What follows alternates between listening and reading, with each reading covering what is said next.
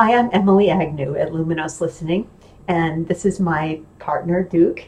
Hello. And I invited him up here to do something a little different for my Luminous Listening video for today, which is to talk a little bit about, what happens between the two of us around communication.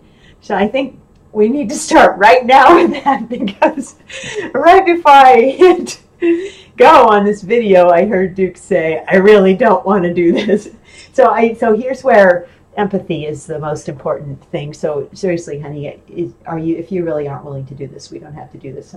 But tell me, what is it about this? Because I actually heard you say on the way up, don't say this and don't say that. Is it around wanting choice? Around Yes. Yeah, right. That's part of why I'm not on Facebook. You're not on Facebook, right? Just is it around the idea of who might see it, or just wanting your work to be and your words to be shared in a context where they'd be appreciated and understood, like not out of context? Yes, and I don't know anyone who's going to be seeing this, so how do I know Right. how they're going to hear it or take it or receive it?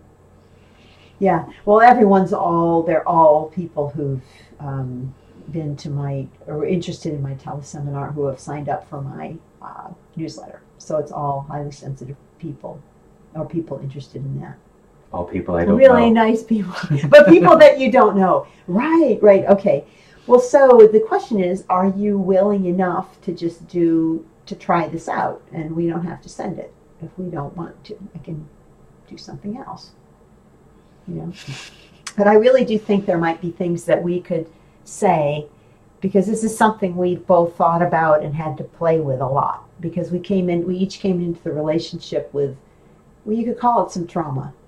I would definitely say, trauma, yeah. So, and I'm going to include, I'll send the link along with this video to the trauma explanation graphic that I give clients, because the thing I wanted to say first and foremost was that when we're going to talk about something, we both really try and take responsibility for making sure that we're what I call inside the lines, neither hypo-aroused nor hyper-aroused, and to really know what that feels like.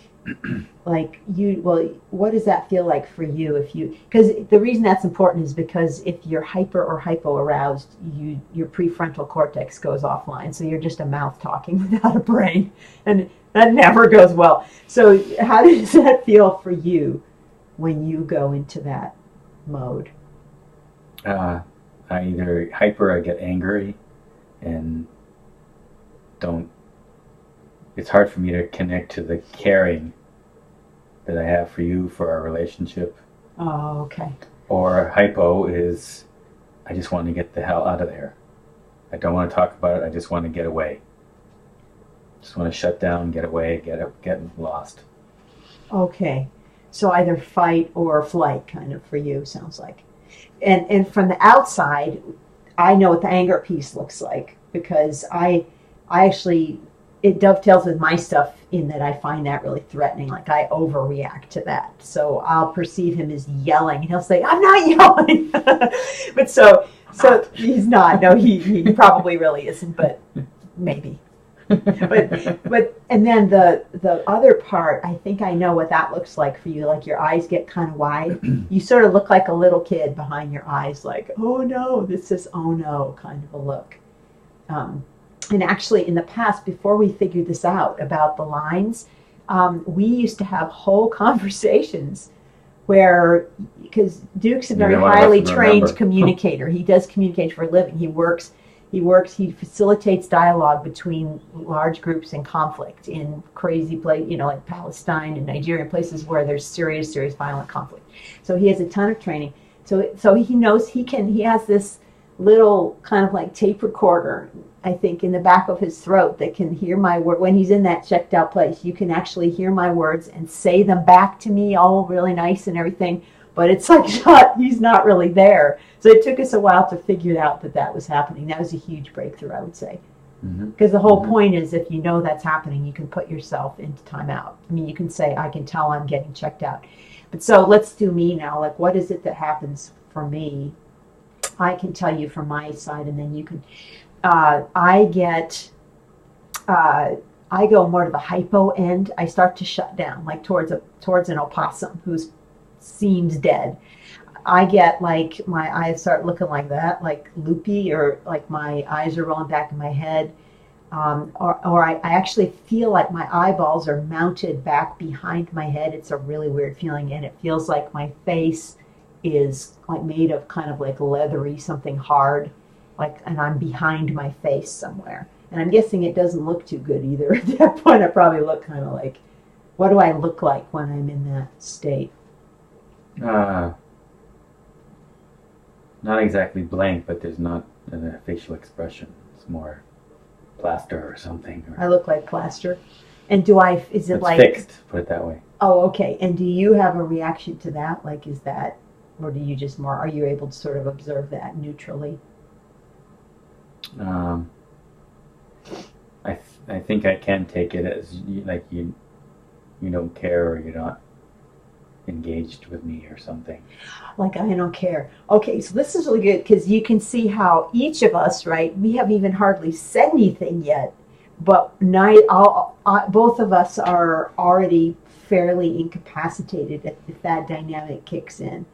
We're really not in a place to hear each other. So that's why, often, because people will ask me, well, can you give me the words, like how I want to say this or that to my husband or to my wife, tell me how to phrase it. The phrasing is oftentimes by the time we get to the phrasing, the horse is like way out of the barn. If your prefrontal cortex, which is where you're capable of nuances like compassion and stuff like that, is offline, then really the best thing. Well, you tell me, like, if you start getting angry, like how do you handle that between us?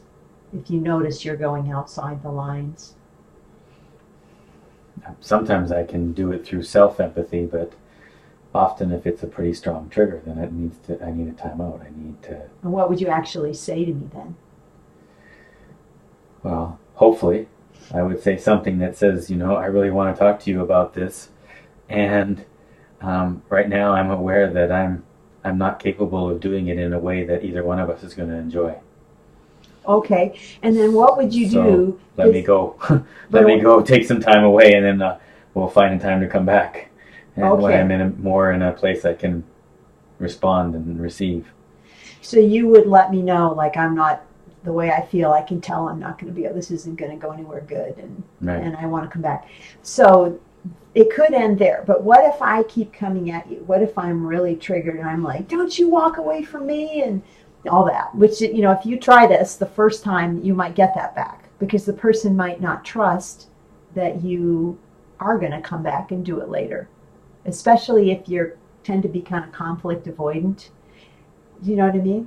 So if I kept coming at you, what would you say?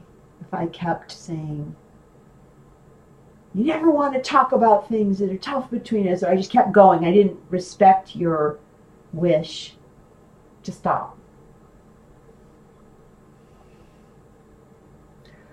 I don't know. I mean, I might try again to invite you to hear what I'm saying by saying it back. That I care about us talking about this. We can set a time now if you like. But I don't want to continue now because it's not going to go any place that you're going to enjoy or I'm going to enjoy. Oh, so you'd kind of repeat yourself. I think that kind of makes sense. That's actually a parenting technique I was taught at one point. It's the broken record technique. I'd be happy to take you to your boyfriend's house as soon as you're done with the vacuuming. Isn't it? I happen to have that example. Well, it's about, for me, it's about making sure that you hear that I do care. And I'm willing to set a time, just not now. Okay. But I think that's really good. And I'm remembering times when you've done that. Now, maybe even times when I'm done that. Yeah. Because, again, if there's a history of things exploding and then getting buried again, right, where there's not a trust that there's a place and time that you can talk about these things, then it's a lot harder to let the other person walk away. So I really liked what you said about, saying, I can't do this now. You just keep repeating to the person, I love you. I'm really pissed at you right now. I know this isn't going to go well. I want to talk to you. Can we try again in an hour? I think that's really good. And you can talk about it ahead of time before those events happen. To say, I know there's times when I'm going to go off past the lines, and I'm not going to be able to respond in a way that I enjoy or you enjoy. That's going to be helpful. Yeah. Thank you for bringing that up. And to set to set an agreement that I'm going to tell you that, and I want to talk with you, but not then. Yeah, that's a really excellent point. That sometimes I would call that a meta level discussion. It's a discussion about your discussing, and that's absolutely huge.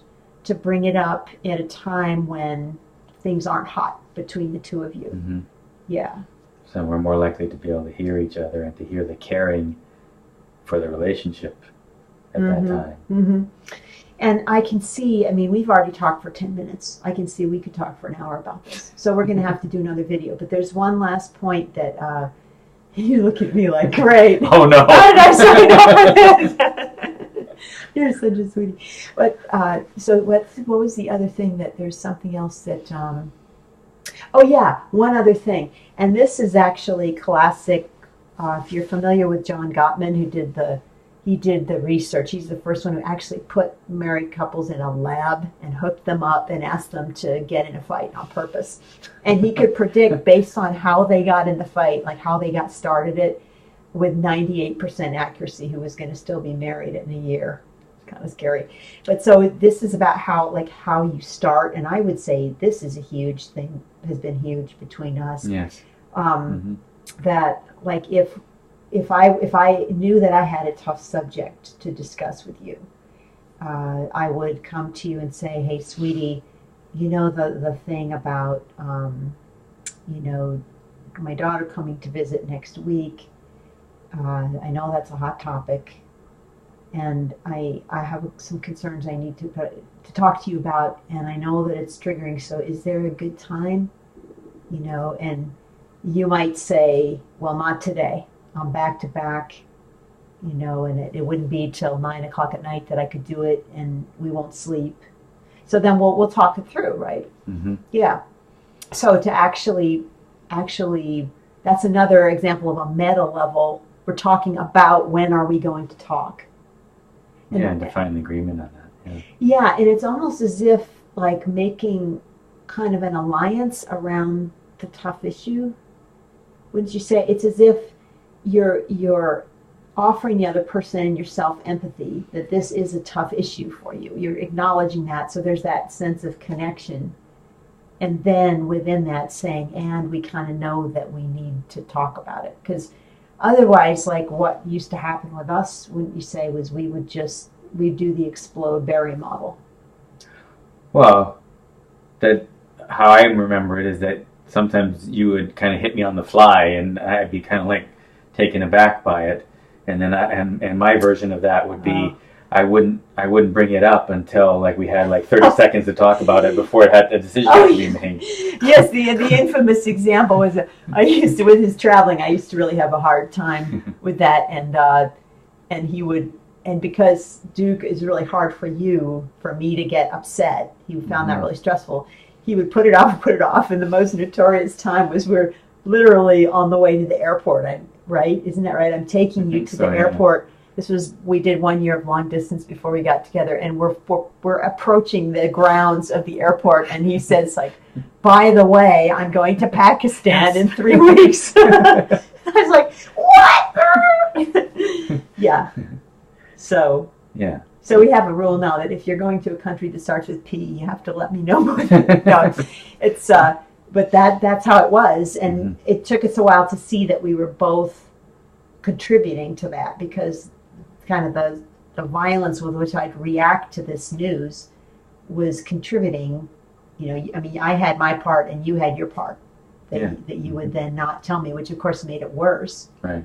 And I felt like it was being dropped on me. So we have a lot better timing now. We've really worked at it.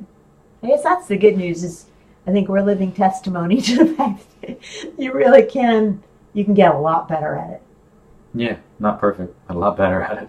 So is there anything else you want to say before we stop for today? Because this is a lot of content already, I'd say. Yeah, not at the moment, I can't think. Not at the moment? Well, thank you very much. Thank you, I guess. No, and thank you for listening. So again, I'm Emily Agnew. This is my partner, Duke. Hope And it contributes. Yeah, I'm at luminoslistening.com. Please visit there. I do one-on-one sessions, classes for sensitive people. Okay? And also an easing, the listening post easing, which is where you're seeing this. So, okay, well, thanks, honey. I really appreciate You're it. welcome. He was willing enough. That's right. Okay. Thanks for watching.